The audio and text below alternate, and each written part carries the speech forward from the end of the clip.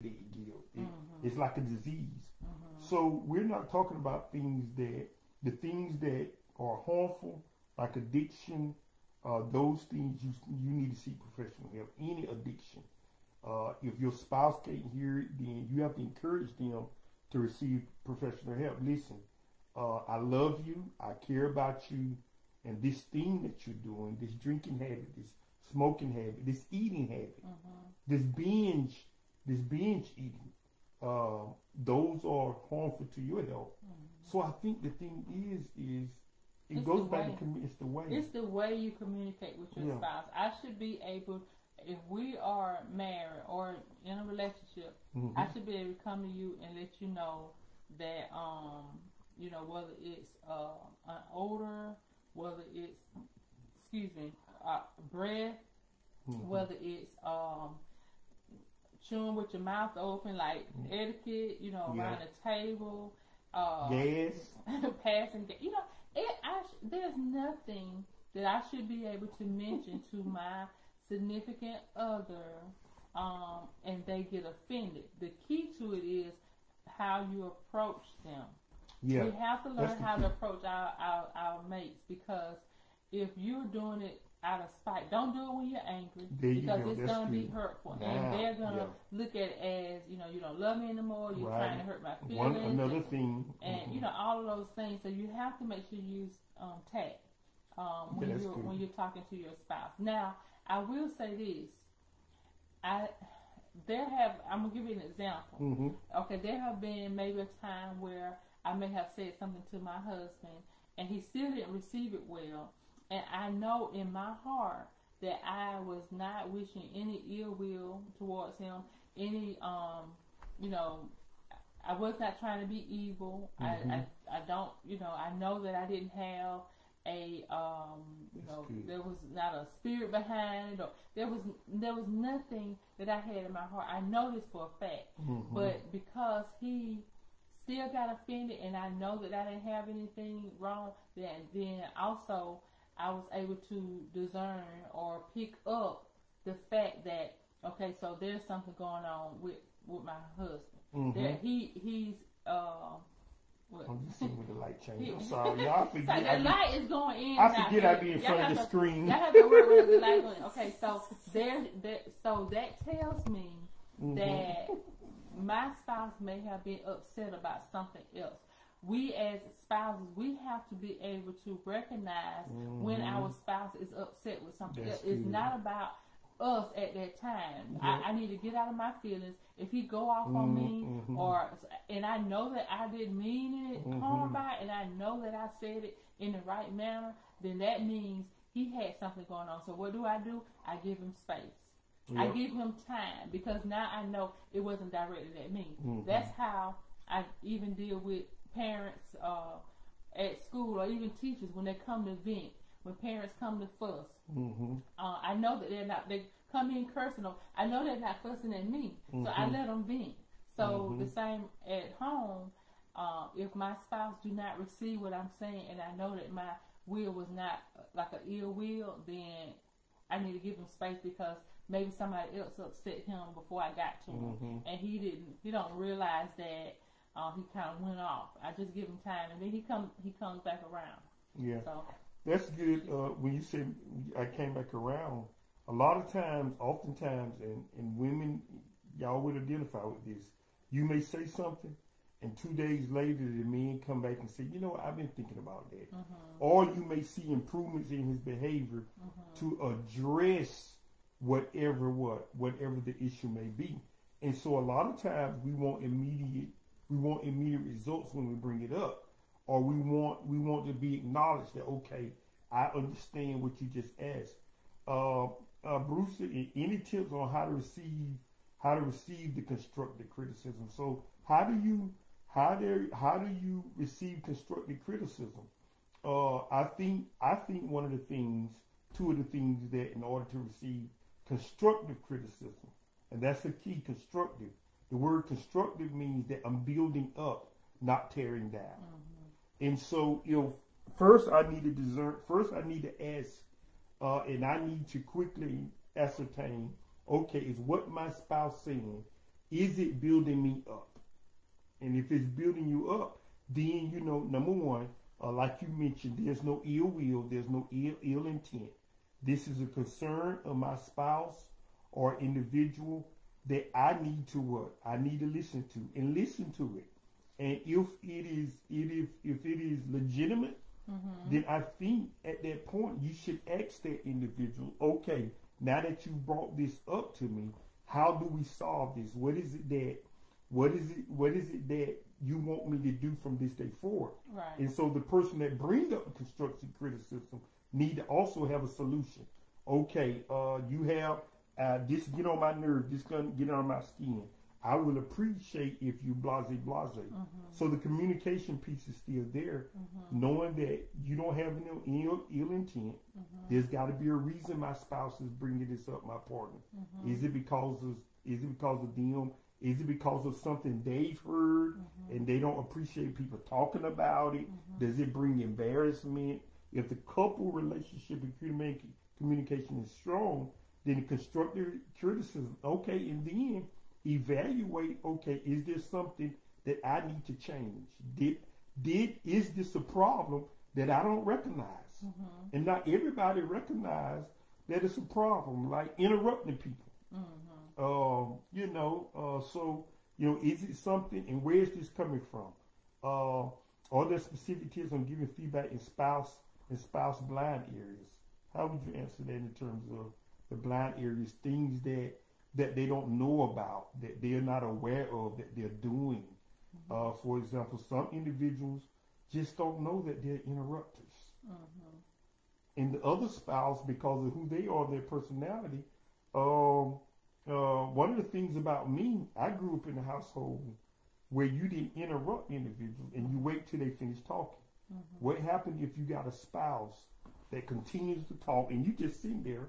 And there, one of my supervisors, I had to tell them this. She said, "Why don't you say anything?" And I said, "Because I grew up in a household that you don't respond until people finish talking." So she said, "Oh, that's why." And I know one time that I think I kept talking or I was interrupted, and then my husband waited and he said, "Do you know that you interrupt me every time I talk?" He actually told me that. And I said, "Really?" Because I wasn't aware. I just had some things to say and I just kind of said, and he actually told me.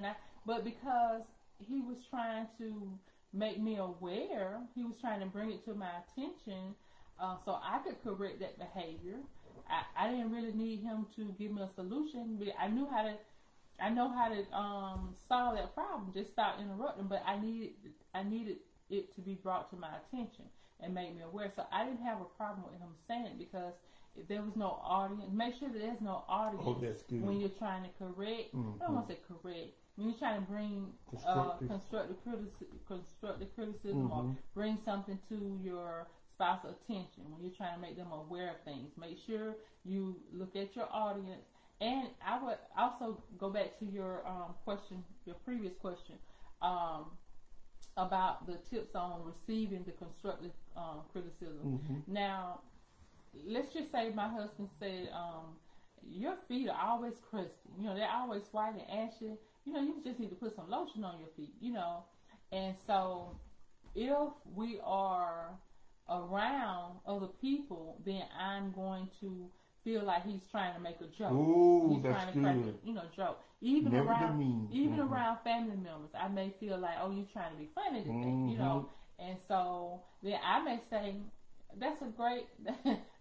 because we've been married a little while, I may say, "That's a great idea. Why don't you lotion them for me?" Right. But we kind of we can do that because and I would never do that. I can get a little chatty or a little smarty, but I may say something like that. Why don't you lotion them for me if they're so ashy? Come back. But we can play around with each other. But sometimes you do have to be mindful. But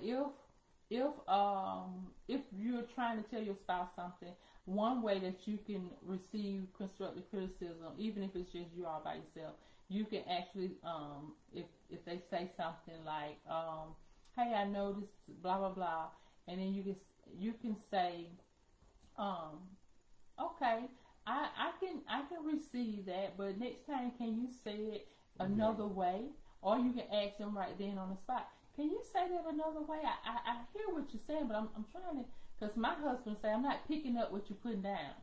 And so I have to say it another way. And now he has gone so much to say, can you repeat that in another way? Yes. So he says, can you repeat it in another way? And so, and then I know he's listening at least, you know, so it just depends on how you respond, you know, and is there an audience, whether it's going to make that person become embarrassed or not. Hey, Ms. Never, thank you for joining us. Hello. Yeah, one of the things that you mentioned is, one thing we should never do is, in terms of in the public, is demean our spouses. And I think that's key. Who's around the environment, especially in public. One of the things most men have a problem with, women, y'all need to listen, this is good. Okay. If there's something wrong with their clothes and they're in the midst of people, to come up there and correct their tie for them or button their button. Because that man feel like, now my wife is dressing me. I'm a grown man. I don't know how to dress. That sounds like a pride thing. That ain't pride. That's just that is you pride. Don't want me No, not in the public. There's some things you have. These are some things that you as a couple must talk about beforehand. Hey, listen, if there's something wrong with my tie and I'm up there on the stage, I'm in front of people, give me a signal, do something. You know, just don't come up fixing the tie, because it looks like that is a pride. Now, not all pride is bad. I've heard of people say, "Oh, his woman is taking care of him." I've heard that. Now people say that, but that man saying, "Oh goodness, here she go again." And especially, everybody's different though. Yeah. So, and especially some individuals, most men, I'm telling you, most men, when it comes down to certain things like ties and belts, you know, that's, you know, because that is a pride thing, and that's a good pride. That's a good pride thing, but give cues. Come up, say it beforehand. Okay, so we're going to this family reunion. If there's something you notice about me, pull me to the side. I would rather you pull me to the side, and if you feel like it, but in front of folks, because sometimes that give off the wrong vibe. And although the woman trying to say, I'm taking care of my man, it don't come off on the other side of the man. So the theme to this would be how to protect your spouse's pride. That's good. What it sounds like. Because how do you want to talk about that? We got to protect. Yeah. Well, if it's not pride, what would be another word for it? How to protect your spouse? Ego. That's just better. See, it's the same thing, but it's just different words. Ego and pride. Yeah. Isn't that the same? Yes. Okay. So we talk about, even with that example, you talk about the choice. I'm glad you mentioned that, the choice of words and the tone. The word that's used and the tone makes a big difference. Oh, I know one. Yeah. Sometimes spouses may not want to be corrected in public either. So when you're trying to correct someone, well, can I say especially me? Well, both, because it applies to women too. Does it? Oh, yeah. Y'all, listen, I wish some men would speak up on here. Ain't no men on here. So, you know, there's something that, what they say, build up in public and correct in private. Yes, now that's true. Let's follow that rule. That's definitely true. Build up in public. Or provide constructive criticism in private. Yeah, that's true. So I do feel like you should not correct your spouse in public, because that is now that's not even a pride thing. That's just a respect thing. Yeah. You know, I think you should definitely respect your spouse enough to not try to correct them, because especially if they're saying something, they're talking to someone else, and you correct them, that definitely gonna make them, first of all, feel like they don't know what they're talking about, and that they start feeling like you belittling them, you know, and so you just kind of want to make sure you have that genuine respect. Yeah. Y'all, listen, this is what we're talking about: how they handle situations that you don't like, or you don't appreciate, or a habit that your spouse may have, a propensity, or proclivity, something that they do that gets under your skin. What do I do? Do I continue to accept it? Do I continue to, how do I bring it up? And like all the other topics that we've discussed, communication is the key. Mm-hmm. And then providing that constructive criticism, knowing your spouse, just knowing if this is a topic that's going to make them upset, then timing is important. Timing. And yes. how, in the words that you use, Mm-hmm. and the tone that you use. If it's something that's new, that hey, have you noticed that that when I do this, you do this, then it's something new at that moment. And I think a lot of times, if you wait, if you say, "Oh no, it's going," wait, not let that spouse know that hey, I noticed that you started. I know that you started wearing pink ties, and I don't like that on you. Well, tell me, hey, listen, that tie right there. How do you like it? How do you like the tie? Mm-hmm. Oh, I like it. Then you got some information that, hey, my husband really thinks this is a good tie. So then, why not this? I remember one time, there was something, and you bought something. It was a clothing item Mm-hmm. that I loved, that I thought, that I loved, Mm-hmm. and you bought something to complement it. Okay. Or you'll say something like, what about that other shirt? Or nah, that's kind of off. So I think is timing. Yes, timing is important, in the tone, in the words. Mm-hmm. Never say anything at them when you're heated. Never watch this. Never do anything to impress others, family or friends, because you're gonna have to go back home to that spouse, and now you've utilized that your spouse as a token. Mm-hmm. And you kind of mentioned, but being never, your spouse shouldn't be the butt of jokes. No. To impress nobody. Because you going back home, and this is the person that really has your back. Never put your spouse in with the butt of jokes. Mm-hmm. So even if everybody's joking, we don't do that. And everybody else, because that comes down to respect. Right. And I will, this may be a little bit off, but Okay. Watch how your spouse acts around other, I don't want to say just people, but other couples. Mm-hmm. There may be something that intimidates, and I know it could be a pride thing, but it may be something that intimidates your husband or your spouse around someone else, and it's called it's the big C. It's comparison. So we shouldn't compare ourselves to others, but let's just say you see someone, another couple, you're out to dinner or a social, and someone else is, like another spouse, a wife, they're dressing really, really nice, and you're a little self-conscious about what you have on. Now, let me tell you, husbands, do not compliment that other wife. Woman. It's a woman. Just don't compliment. Just don't compliment. No. I was gonna say don't compliment them whether your wife is there, whether your wife is not there. Don't compliment them in front of the other man, the other, that's a big X. But what I was gonna tell you is, you need to compliment your spouse more than you compliment any other man or any other woman. And if you're not complimenting your spouse, whether somebody else dressed better or not, it doesn't matter.